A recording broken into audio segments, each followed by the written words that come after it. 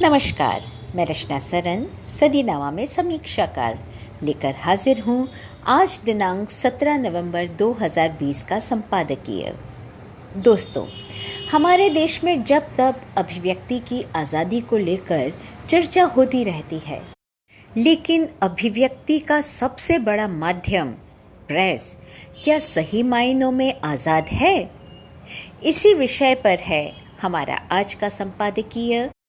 राष्ट्रीय प्रेस दिवस से प्रेस की स्वाधीनता तक, जिसे लिखा है सदीनामा के संपादक जितेंद्र जितांशु जी ने। कल भारतीय प्रेस दिवस गुजरा है।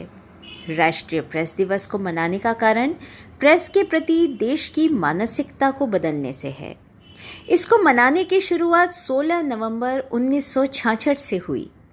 भारत में प्रेस परिषद की स्थापना 4 जुलाई 1966 को हुई और इसने अपना काम 16 नवंबर से शुरू किया। अतः यह हर साल 16 नवंबर को ही मनाया जाता है। इसका उद्देश्य पत्रकारों को सशक्त बनाना है ताकि वे देश के प्रति और सजग हो सकें। भारत में पत्रकार होना जोखिम का काम है। यहाँ कई तरह के खतरे हैं। छोटे से छोटे दादाओं से लेकर बड़े से बड़े दादाओं तक के खतरे हैं। पत्रकारों पर जानलेवा हमला हो या हल्की फुल्की पिटाई, व्यवस्था इनको बहुत हल्के से लेती है। राजनैतिक उत्पीड़नों में पत्रकारों की संख्या सबसे ज़्यादा है। कुछ दिन पहले देश ने देखा कि एक मीडिया हाउस के प्रमुख के साथ क्या हुआ। 2018 के आत्महत्या के केस को, जो बंद हो चुका था, आधार बनाकर चैनल प्रमुख को जेल भेज दिया गया। प्रेस की स्वाधीनता और राजनीतिक बदले की भावना को अलग करना पड़ेगा।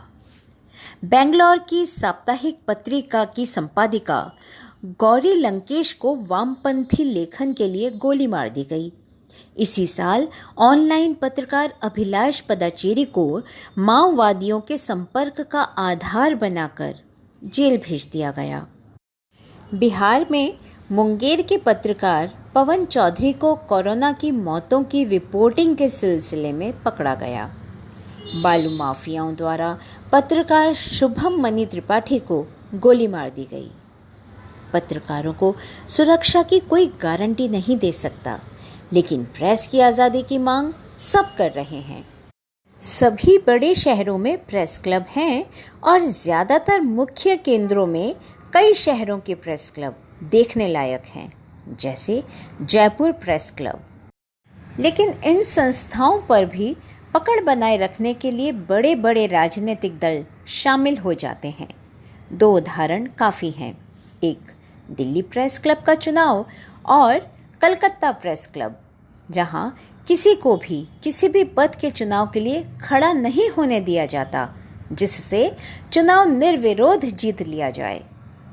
भारत के छोटे कस्बों में पत्रकारों की बहुत इज्जत है, क्योंकि कई अखबारों के वे अकेले संवाददाता होते हैं। उनकी मोटरसाइकिल पर प्रेस लिखा होता है। मोबाइल के आ जाने से कैमरा, फैक्स मशीन दोनों की छुट्टी हो गई है। अतः समाचार भेजने के साधन तो बढ़े हैं, लेकिन जोखिम पहले से बहुत ज़्यादा है।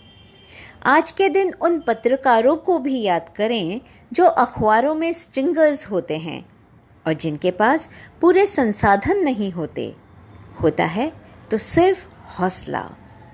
तकनीकी शिक्षा में पत्रकारिता जुड़ जाने के कारण तमाम कॉलेजों में इसकी पढ़ाई शुरू हो गई है। जो लाखों रुपयों की फीस लेकर मुकम्मल तौर पर पत्रकार नहीं बना पाते। पत्रकारिता भीतर की आवाज़ और उसको लिख देने का जज्बा है। बाकी कोई भी कारण किसी को पत्रकार नहीं बना सकता। कभी कभी प्रेस परिषद के लोगों के विचित्र विचित्र सुझाव आते हैं। किसी पत्रकार पर कोई भी मामला प्रेस काउंसिल तक पहुंच जाता है। कुछ दिनों पहले मिर्ज़ापुर के एक स्थानीय पत्रकार पवन जायसवाल को पुलिस उठाकर ले गई। कारण इस पत्रकार ने प्राइमरी स्कूल के बच्चों को नमक के साथ रोटी खाने का वीडियो बनाया था। लोकतांत्रिक देश में स्वतंत्र पत्रकार ज़्यादा से ज़्यादा हों, वे स्वतंत्र रूप से काम कर सकें। आमीन। जितेंद्र जितांशु, 17 नवंबर 2020। तो दोस्तों, ये था आज का संपादकीय राष्ट्रीय प्रेस दिवस से प्रेस की स्वाधीनता तक। कल फिर एक नए विषय के साथ संपादकीय लेकर एक बार फिर हम उपस्थित होंगे। तब तक के लिए नमस्कार।